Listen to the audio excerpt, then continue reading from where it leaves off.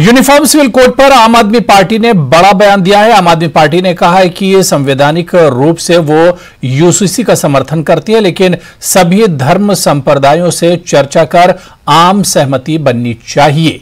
आम आदमी पार्टी नेता संदीप पाठक ने कहा कि संवैधानिक रूप से हम यूनिफॉर्म सिविल कोड का समर्थन करते हैं। संविधान का अनुच्छेद 44 भी इसका समर्थन करता है। अनुच्छेद 44 कहता है कि यूसीसी होना चाहिए, लेकिन यह मुद्दा सभी धर्म संप्रदाय से जुड़ा है, इसलिए स्टेक होल्डर से आम सहमति बननी चाहिए। पीएम मोदी के बयान के बाद समान नागरिक संहिता पर देश भर में बहस तेज हो गई है। सैद्धांतिक रूप से हम इसके समर्थन में हैं। आर्टिकल 44 भी इसका समर्थन करती है कि देश में यूसीसी होनी चाहिए, लेकिन चूंकि यह मुद्दा ऐसा है जिसमें कि सभी धर्म संप्रदाय से जुड़ा हुआ है, इसलिए हम ये चाहते हैं कि इस मुद्दे के लिए वाइडर कंसल्टेशन हो, लार्ज स्केल पर बातचीत हो, सभी धर्म से, सभी संप्रदाय से, सभी राजनीतिक दलों से। कुछ मुद्दे ऐसे होते हैं जो आने वाले समय पर आप रिवर्स नहीं कर सकते। कुछ मुद्दे ऐसे होते हैं जो देश के लिए बहुत मूलभूत होते हैं। ऐसे मूलभूत मुद्दों पर अथॉरिटेरियन तरीके से जाना वो ठीक नहीं होगा। तो वाइडर कंसल्टेशन की जरूरत है, सबसे बातचीत करके कंसेंसस बिल्ड करनी चाहिए इस पर, यह हमारा मानना है। कॉमन सिविल कोड पर पीएम मोदी के बयान पर जेडीयू महासचिव केसी त्यागी का बयान सामने आया। केसी त्यागी ने कहा कि जेडीयू यूसीसी लागू करने के पक्ष में है, लेकिन बीजेपी लोकसभा चुनाव को देखते हुए धार्मिक ध्रुवीकरण की कोशिश कर रही है। केसी त्यागी ने कहा कि ये यूसीसी नहीं बल्कि चुनाव संहिता है। केसी त्यागी ने कहा कि जेडीयू यूसीसी के पक्ष में है, लेकिन सभी स्टेक होल्डर से चर्चा हो। दिल्ली संवाददाता नीरज ने केसी त्यागी से खास बातचीत की।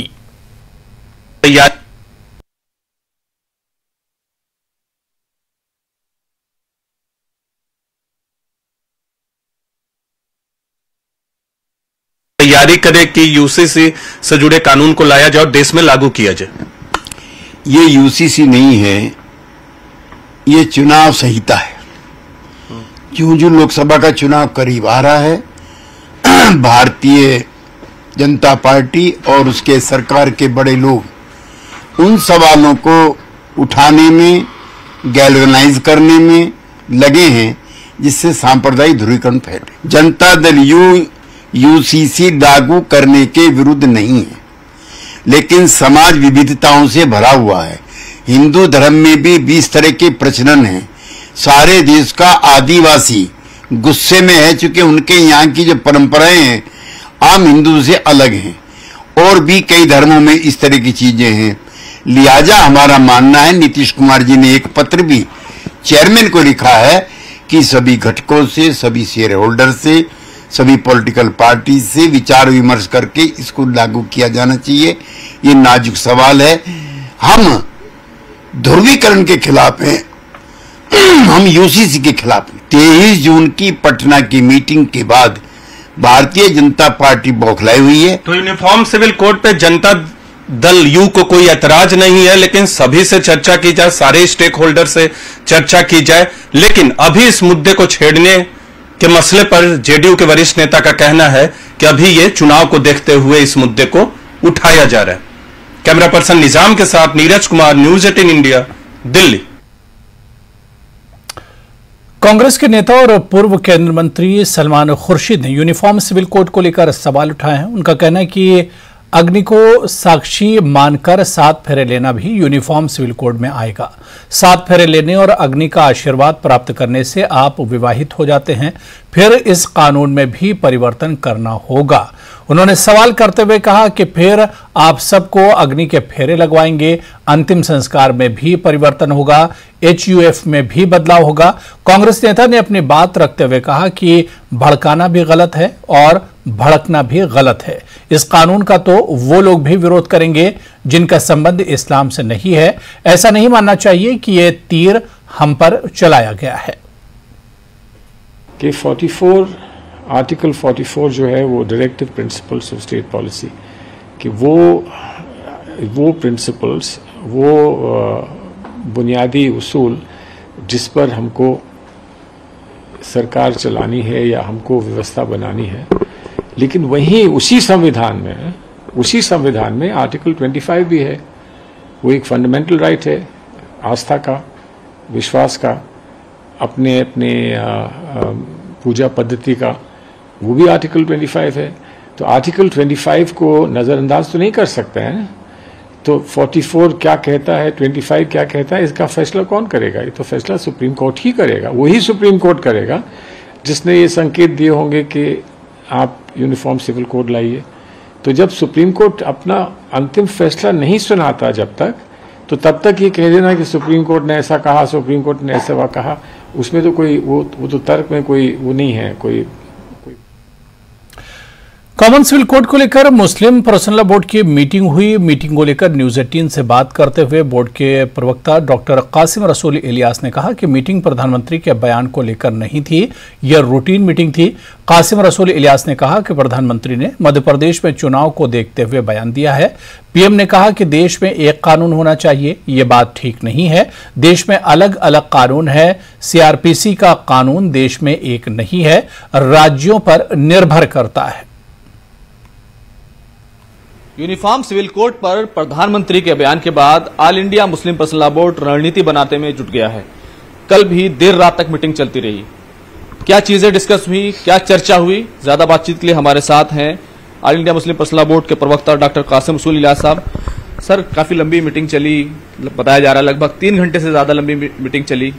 क्या तय पाया है? क्या आप लोग मानते हैं कि प्रधानमंत्री जो कह रहे हैं कि एक देश में 2 कानून नहीं हो सकते, एक फैमिली में 2 कानून नहीं हो सकते, वो ठीक है? देखिए, पहली बात तो ये है कि कल की जो मीटिंग थी वो प्रधानमंत्री के बयान पर नहीं थी। हम लोग लॉ कमीशन में एक ड्राफ्ट हमने तैयार किया था और उसको फाइनल करना था। वो प्रिलिमिनरी ड्राफ्ट था, उस पर बहुत सारे लोगों की प्रतिक्रिया थी। तो कल जो मीटिंग थी वो रूटीन की एग्जीक्यूटिव की मीटिंग थी और उसमें हमारा जो चीज़ तैयार की थी लीगल कमेटी ने, उसको पेश किया गया था। उसमें क्या कहाँ होना चाहिए, कहाँ नहीं होना चाहिए, उस पर विस्तार से बहस हुई है। गुफ्तगू की है कि हम पिछली बार जो हमने लॉ कमीशन को जो चीज़ सबमिट की थी उसको और ज़्यादा एलिबोरेट करके इसको हम जवाब देंगे। जिस तरह के सवाल लॉ कमीशन पूछ रहा है कि 12 जून से 12 जुलाई के बीच में आप लोग अपनी अपनी राय दें, क्या उन सवालों पर आप लोगों को आपत्ति है?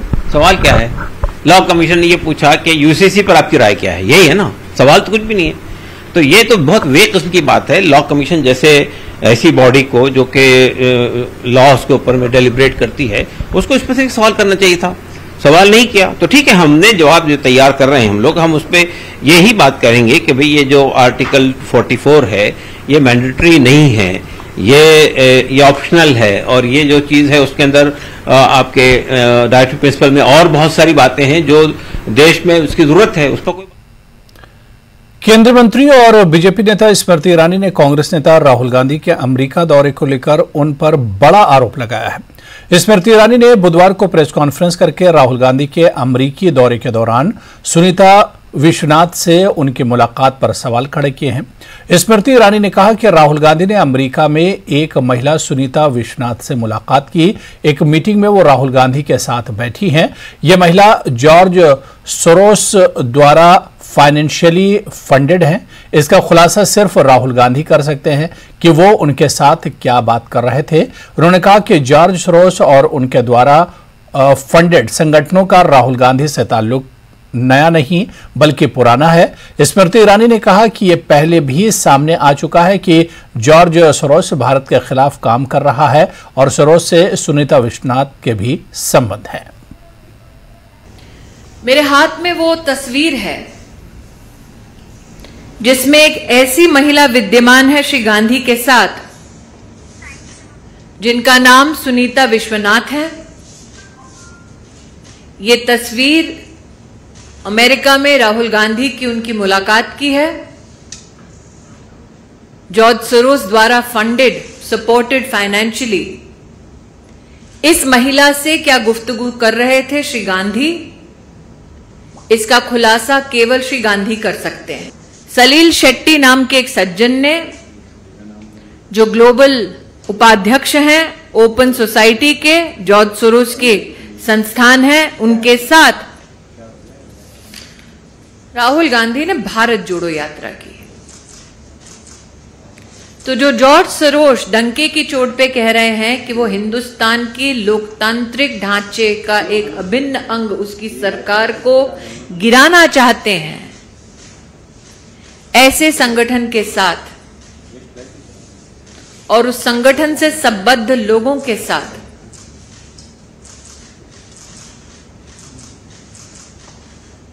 क्यों गांधी खानदान अपने रिश्तों को और भी मजबूत कर रहा है? आप सबके ध्यान में आया होगा, भारतीय जनता पार्टी के कार्यकर्ता भी जानते हैं कि इस विषय को उठाने के लिए कांग्रेस पार्टी ने एक एफआईआर दर्ज की। एफआईआर का निश्चित रूप से पॉलिटिकल स्वरूप देश को समझ आता है। जून का महीना है, आपातकाल की याद निश्चित ताजा करते हुए गांधी खानदान ने पुनः देश को यह प्रमाण दिया है कि चाहे राज्य में उनके पास सत्ता आ जाए, वो सच को दबाने के लिए किस हद तक जा सकते हैं।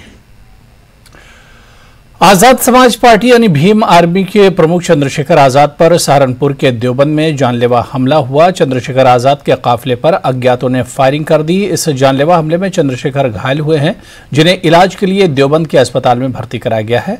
चंद्रशेखर अपनी फॉर्च्यूनर कार से देवबंद दौरे पर पहुंचे थे, तभी अचानक उनकी गाड़ी पर अज्ञात हमलावरों ने फायरिंग कर दी। गोली उन्हें छूकर निकल गई, जिससे वो घायल हो गए। पुलिस इस जांच में जुटी हुई है।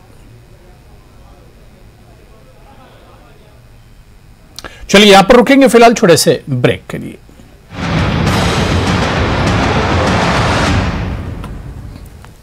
चैनल्स फिल्म जैम ने तफसीलात बताई। कश्मीर में ऐसी मंशियात लाने के पीछे किसका हाथ है? आल ज़ंस्कार टैक्सी यूनियन ने टीआरसी पदुम ज़ंस्कार के करीब टैक्सी स्टैंड पर प्रेस कॉन्फ्रेंस का इनेकाद किया। टैक्सी यूनियन के सदर ने स्टेंजन ने कहा कि टैक्सी यूनियन करगिल की जानिब से इजाजत न मिलने की वजह से ज़ंस्कार के टैक्सी ड्राइवरों को करगिल के रास्ते ले जाने पर परेशानी हो रही है। उन्होंने ज़ंस्कार इंतजामिया पर भी इस मामले को नजरअंदाज करने का इल्जाम लगाया। लखनपुर में बीजेपी की कठुआ जिला यूनिट के ज़रिए एहतमाम दानिश्वर कॉन्फ्रेंस का इनेकाद अमल में लाया गया, जिसमें बीजेपी कारकुनान के साथ कायदा दानिश्वर भी मौजूद रहे। प्रोग्राम में साबिक नायब वजीर आला कविंद्र गुप्ता ने भी शिरकत की। इस मौके पर उन्होंने मोदी हुकूमत की कामयाबियों का जिक्र किया। पुलिस चौकी वाखा करगिल में इस्मत दरी का मामला पेश आया। मुतासिर का कहना है कि एफआईआर दर्ज करवाई गई, लेकिन कोई कार्रवाई नहीं हुई। अंजुमन मदरसा श्रिया मजहबी तंजीम का कहना है कि प्रेस कॉन्फ्रेंस के जरिए करगिल पुलिस से मुजरिम के खिलाफ फौरी कार्रवाई करने की दरखास्त की गई थी, लेकिन कोई पेशरफ्त नहीं हुई। बगटूर में सुहेल मेमोरियल क्रिकेट टूर्नामेंट का फाइनल खेला गया। फाइनल मुकाबला श्रीनगर स्पोर्ट्स बगटूर और ओवैस मेमोरियल बगटूर के दरमियान खेला गया। फाइनल मुकाबले में ओवैस मेमोरियल बगटूर ने 16 रनों से जीत दर्ज कर ली। फाइनल तकरीब के दौरान इलाके के बीडीसी चेयरमैन मुख्तार अहमद लोन मेहमान खुसूसी रहे और उन्होंने खिलाड़ियों में ट्रॉफी और क्रिकेट किट तकसीम किए। डिप्टी कमिश्नर सीईओ एलएचडीसी करगिल संतोष सुखदेव की हिदायत पर एडिशनल डिप्टी कमिश्नर करगिल गुलाम मोइनुद्दीन वाली ने जिला अफसरान के साथ सैलाब की तैयारियों जमाबंदी की तहरीर के बारे में एक मीटिंग तलब की। मीटिंग में एसीआर करगिल, एजी जरगर, सीपीओ करगिल और मुतालिका तहसीलों के एसडीएम्स, तहसीलदारों, नायब तहसीलदारों ने शिरकत की। कश्मीर में एनआईए की छापेमारी। कुलगाम, बांदीपुरा, पुलवामा में एजेंसी की छापेमारी। 3 जिलों के 10 जगहों पर छापेमारी। ड्रोन द्वारा हथियार, गोला बारूद, नशे। केंद्रीय गृह मंत्री अमित शाह 2 महीने बाद फिर से बिहार दौरे पर आ रहे हैं। गुरुवार को लखीसराय में वो बड़ी रैली करने वाले हैं। बताया जा रहा है कि शाह के टारगेट पर जेडीयू के राष्ट्रीय अध्यक्ष ललन सिंह की संसदीय सीट मुंगेर रहने वाली है, जहां से अगले साल बीजेपी अपने कैंडिडेट को विपक्ष के खिलाफ उतार सकती है। शाह के मिशन बिहार को लेकर सियासत भी तेज है।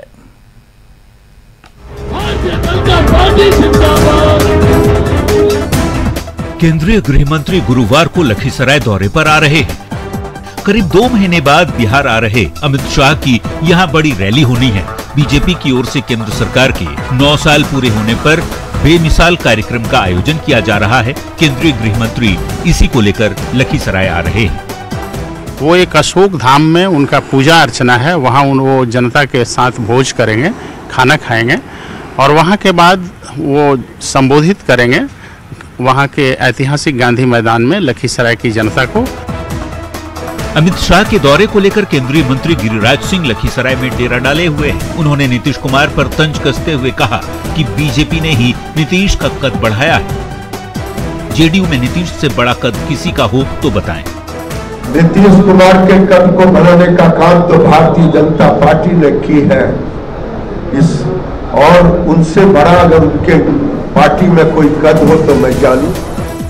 दरअसल बीजेपी किसी भी हाल में मुंगेर सीट पर अपनी जीत चाहती है। इसके लिए मंडल से लेकर बूथ स्तर तक पार्टी के नेता अभियान में जुटे हैं। बता दें कि 2014 में महागठबंधन के प्रत्याशी के तौर पर ललन सिंह ने एनडीए उम्मीदवार मीना देवी को हराया था, जबकि एनडीए में रहते 2019 में उन्होंने वापस इस सीट पर जीत हासिल की थी।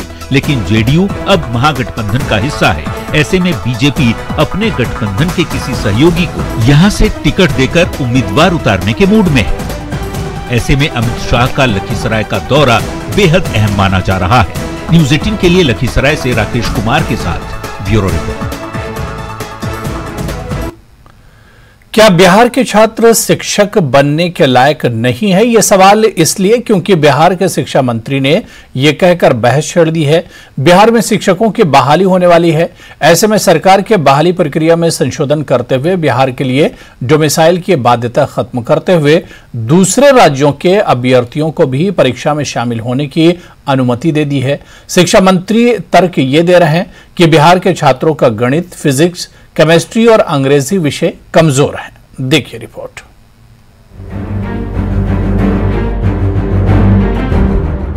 बिहार के छात्रों का डंका यूपीएससी में बजता है। बिहार के छात्र आईआईटी में दाखिल होते हैं, डॉक्टर बनते हैं। कई राज्यों के प्रशासनिक प्रमुख बिहार के ही अधिकारी हैं। योग्यता की कोई कमी नहीं, लेकिन बिहार के शिक्षा मंत्री को बिहार में कॉम्पिटेंट छात्र नहीं मिल रहे। शिक्षक बहाली में बिहार के बाहर के छात्रों को शिक्षक बनने का मौका क्यों दिया जा रहा है? पहले शिक्षा मंत्री का तर्क सुन लीजिए। देश के लिए होगा और देश के विभिन्न राज्यों के जो टैलेंटेड छात्र हैं, बेरोजगार हैं, इसमें भाग लेंगे। हमारे लोगों के लिए एक समस्या जरूर है सामने कि साइंस में, खास करके मैथ में, केमिस्ट्री में, फिजिक्स में, अंग्रेजी में इस तरह के कॉम्पिटेंट छात्र बहुत नहीं मिल पाते हैं, सीट खाली रह जाती है। इसके लिए क्या किया? शिक्षा मंत्री ने बिहार के छात्रों की योग्यता पर सवाल खड़े किए तो अभ्यर्थियों का गुस्सा 7वें आसमान पर पहुंच गया। क्या कहना चाहते हैं? अरे बिहार के शिक्षक को जाकर के बाहर में पढ़ाते हैं, जाइए मुखर्जी नगर दिल्ली, जाइए कोटा, यहाँ के शिक्षक जाकर वहां पढ़ा रहे हैं और आप कह रहे हैं कि यहाँ पे शिक्षक नहीं है। आपका दिमाग फिर गया है। मंत्री जी का दिमाग खसक गया है, शिक्षा मंत्री चंद्रशेखर जी का। उनको कांके जाने की जरूरत है। शिक्षा मंत्री के बयान का समर्थन बिहार कांग्रेस के अध्यक्ष अखिलेश सिंह ने किया है। कहा, बिहार में अभ्यर्थियों की कमी है तो दूसरे राज्यों के छात्रों को मौका मिल रहा है। शायद रिक्तियां ज्यादा हो गई थी और यहाँ लोग उपलब्ध नहीं थे, उपलब्धता कम थी, इस वजह से सरकार ने ऐसा कहा। बिहार के छात्रों की योग्यता पर सवाल खड़े करने वाले शिक्षा मंत्री पर तंज बीजेपी के नेता सुशील मोदी कस रहे हैं। कहा, बिहार सरकार के पास शिक्षकों को वेतन देने के पैसे नहीं, तभी बहाली पर टाल मटोल किया जा रहा है। कि वास्तविक मंशा नहीं है बहाल करने की, क्योंकि बहाली करेंगे तो 11,000 करोड़ रुपया अतिरिक्त व्यय करना पड़ेगा। इनको तो वर्तमान शिक्षकों को वेतन देने के लिए पैसा नहीं है, तो ये मामले को कोर्ट में उलझा के रखना चाहते हैं ताकि ये बहाली न करना पड़े। और फिर इसका नमे पर न जले पर नमक छिड़कना, ये कहना कि बिहार में प्रतिभा नहीं है, बिहार में प्रतिभावान छात्र नहीं है, इससे बड़ा बिहारियों का कोई दूसरा पान नहीं हो सकता है। यदि बिहार में टैलेंटेड छात्रों की कमी है तो सवाल है कि अगर टैलेंट की कमी है तो बिहार से आईएएस कैसे बन जाते हैं? बिहार में किसने शिक्षा का बेड़ा गर्क किया? किसकी नाकामी का खामियाजा बिहार भुगत रहा है? न्यूज़ 18 के लिए पटना से रजनीश कुमार के साथ रवि एस नारायण की रिपोर्ट। एमपी और छत्तीसगढ़ में बदरा घेर आए हैं। मानसून अपनी रंगत दिखाने लगा है। आम लोगों को भीषण गर्मी से राहत मिली है तो अन्नदाता के चेहरे भी खिल गए हैं, लेकिन मानसून अपने साथ साथ कुछ मुश्किलें भी लाया है। देखिए रिपोर्ट।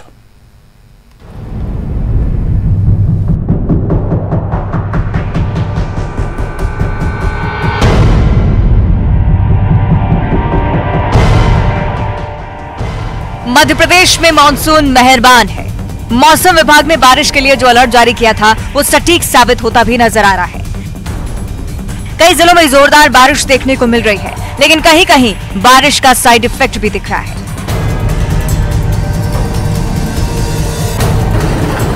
सिवनी के वैनगंगा नदी में 5 चरवाहे फंस गए, जिन्हें रेस्क्यू करने के लिए एयरफोर्स का हेलीकॉप्टर नागपुर से पहुंचा।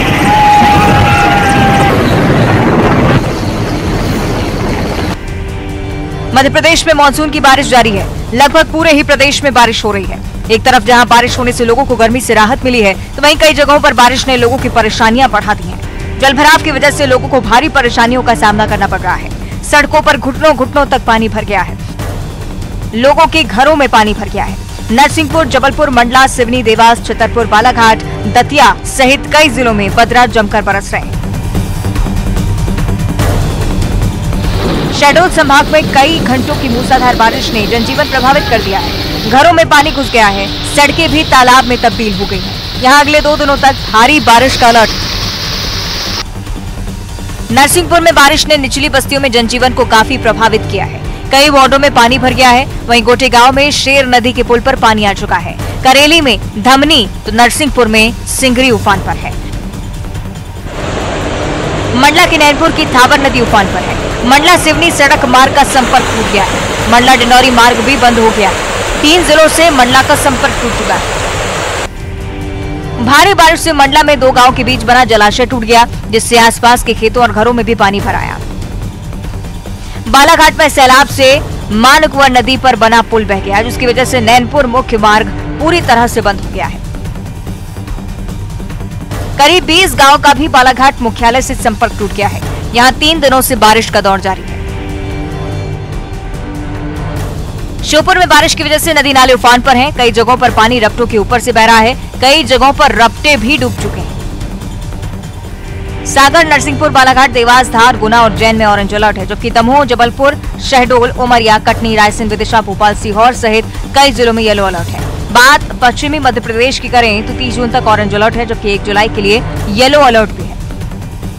मौसम विभाग ने निचले इलाकों में जलभराव का खतरा भी जताया है। साथ ही गरज चमक और आसमानी बिजली से बचने की सलाह दी जा रही है। Bureau report, news city. Reliance foundation की संस्थापक और चेयरपर्सन नीता अंबानी ने बकिंघमशायर के स्टोक पार्क में आयोजित द ब्यूडल्स टेनिस टूर्नामेंट में टेनिस खिलाड़ी डियागो श्वार्ट्जमैन को रिलायंस फाउंडेशन ESA कप प्रदान किया। द ब्यूडल्स को विंबलडन चैंपियनशिप से पहले एक बेहतरीन अभ्यास टेनिस टूर्नामेंट माना जाता है। स्टोक पार्क में 27 जून से 1 जुलाई 2023 के बीच खेला जाने वाला यह टूर्नामेंट अपनी 19वीं वर्षगांठ मना रहा है। पूरे 5 दिन तक चलने वाले टेनिस इवेंट में हर दिन रिलायंस फाउंडेशन ESA कप प्रदान किए जाएंगे। टेनिस इवेंट के पहले दिन रिलायंस फाउंडेशन की संस्थापक और चेयरपर्सन नीता अंबानी ने विजेता डियागो श्वार्ट्जमैन को पहला रिलायंस फाउंडेशन ESA कप प्रदान किया। उन्होंने यूके के बकिंघमशायर में स्थित एक्शन फॉर यूथ के लिए सहायता राशि भी दी। इस मौके पर रिलायंस फाउंडेशन के संस्थापक और चेयरपर्सन नीता अंबानी ने कहा कि यहां का माहौल अद्भुत है। हमें कुछ बेहतरीन टेनिस देखने को मिला।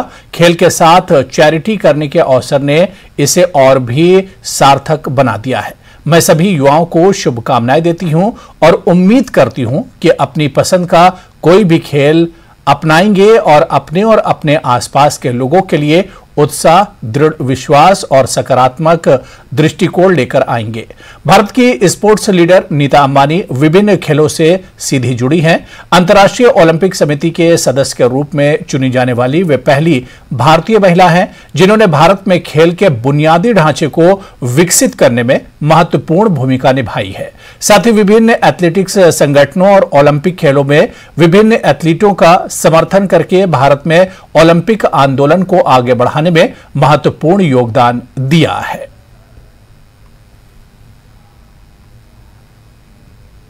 तो चलिए इस बुलेटिन में भी फिलहाल इतना ही। नमस्कार।